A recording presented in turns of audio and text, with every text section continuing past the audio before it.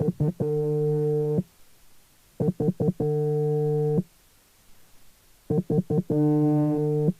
call is from a person currently in a prison in England. All calls are logged and recorded and may be listened to by a member of prison staff. If you do not wish to accept this call, please hang up now.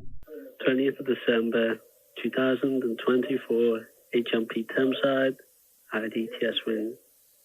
A fairly eventful day. Do you remember how I'm usually woken up by the slap of a breakfast pack and carton of wannabe milk hitting the floor? Well, the last 2 days, including today, had me woken up by either a job's worth or a sociopath screw. They flicked me light on and off until I looked up at them awake. It just makes me livid. I guess that it's around 7:30. Just because they're awake doesn't mean I have to be. They chose wage slavery. Blood boiling at this new experience that I was hoping it was not going to be like this every day. I had to simmer down to go back to sleep. Though not for long, as about 30 minutes later came my breakfast back. 15 to 20 minutes later, my cell door was opened as I was told to get my medication.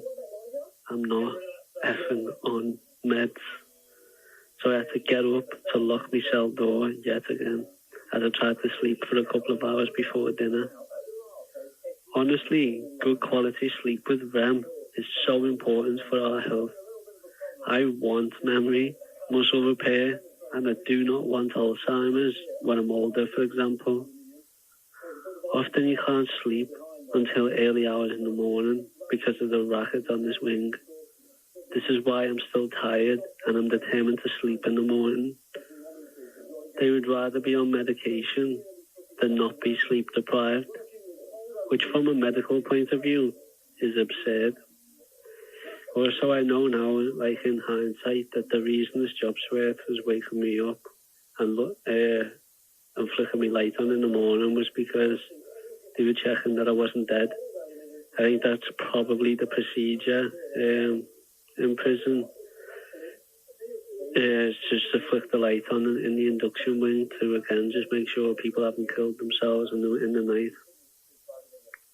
But obviously, I'd never experienced that before, so to me it was a surprise, an unpleasant surprise. Past dawn, before 11 a.m, it dawned on me that I should try and get a phone from somebody's pad after Armour came to my pad and told me that there's 8 new prisoners on the wing, and they're all kicking off because they've got no tellies or CMS. So I thought that I'd just sit by and watch while telling the screw I need the phone and a curtain from a prisoner's cell who might be leaving the wing today. Of course, my phone line and Ethernet cable in my cell was still ripped out of the wall, but I wanted one ready for if it got fixed or I moved cells. It would be nice to not be rushed when I'm making phone calls from somebody else's cell while I should be queuing up for dinner. Also, best if I was to record a podcast from a phone that I actually had in my cell. So at this point I was thinking it was extremely practical. A screw told me that there is a prisoner leaving. They're being moved from the second floor, cell 27, later today, and I can have their phone and their curtain. This is a curtain for the window to stop light coming in. But he told me that I should remind him later, and I assured him that I will not forget to remind him. During social, I watched some Malcolm in the Middle and hung about on the wing. I was told by Ahmed about a newsletter that they'd received and a few victories for Palestine action, though Ahmed did actually massively underestimate the victories in this newsletter, as I'll later describe. I got the newsletter, but I'll cover it in full maybe today or tomorrow because I got so happy and excited by the headline alone that I wanted my reaction to be genuine for you and not after the fact. So I will do that, but I'm going to do that as a Patreon only bonus episode for those who want to support me mum and my son while I'm in prison and can't do so. So if you want to hear that, just subscribe on Patreon. After social, I was banged up in my pad, looking out at the wing when a short, plump civilian came to my window and said, "Are your plugs broke?" I said, "Not the power plugs, but my internet and phone lines are just holes in my wall." So this plump individual unlocked my cell door, and then they came in. As I made room for them, moving my TV, my kettle, etc. from my desk, they then told me to take a walk on the wing, so I did. I went to visit the lads who broke down the other day, in tears, checking in on them.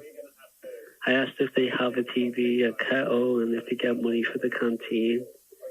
They don't have any of these things, and apparently they hate TV anyway.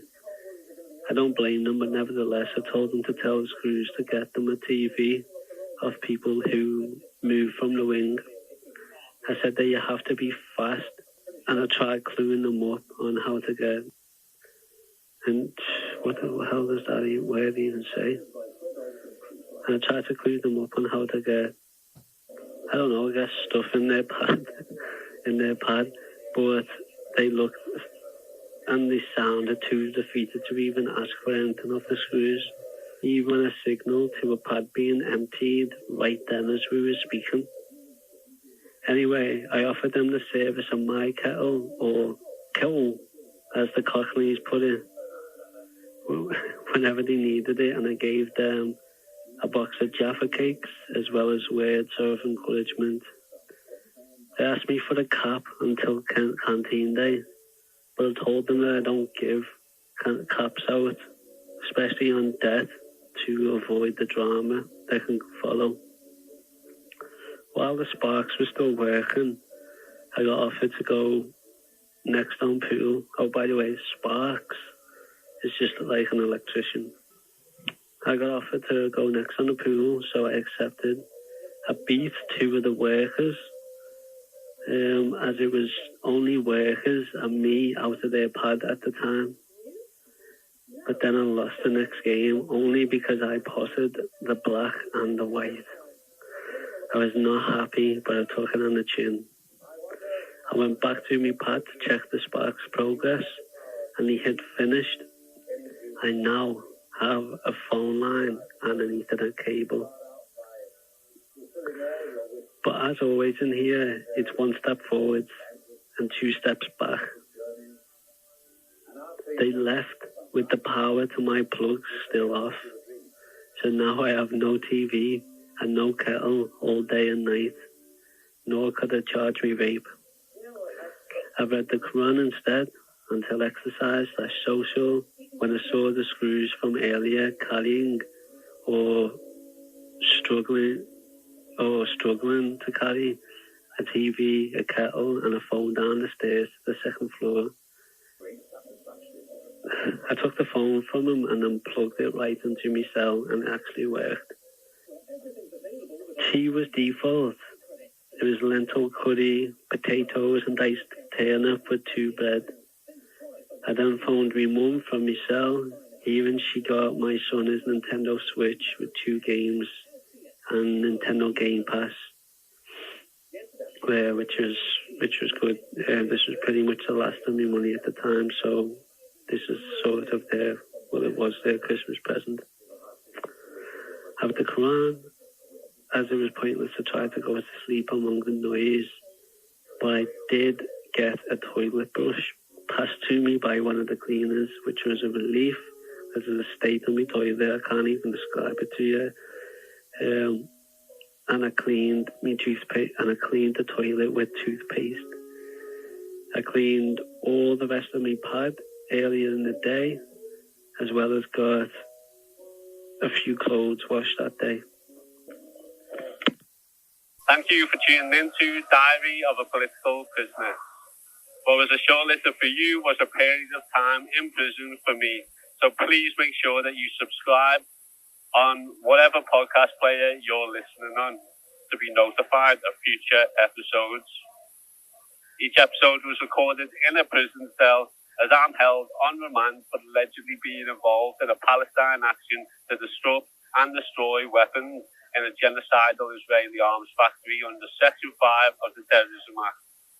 My diary is a podcast only to give you something in the hope that you can give help and support to my mum and son, which I can't do by any other means from prison. In supporting them, for £5 a month, you can get a week's worth of episodes in advance every Monday. For £10 a month, you'll get the week's worth of episodes. Plus, I'll respond to any question you have in a monthly question and answer episode on my Patreon. That's patreon.com/politicalprisonerpod. For £25 a month or humanitarian aid tier, you get all of the above while knowing my little boy is supported and happy. One-time donations can be made by emailing or messaging my producer on social media. Media/collaboration inquiries are on the same line, the senders and inbox.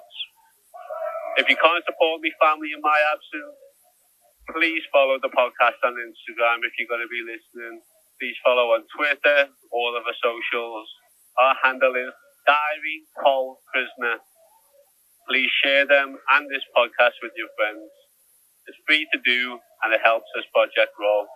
You can also send me a prisoner email or letters, drawings, anything like that. Links to everything mentioned can be found in the podcast description below. Thank you, love and solidarity.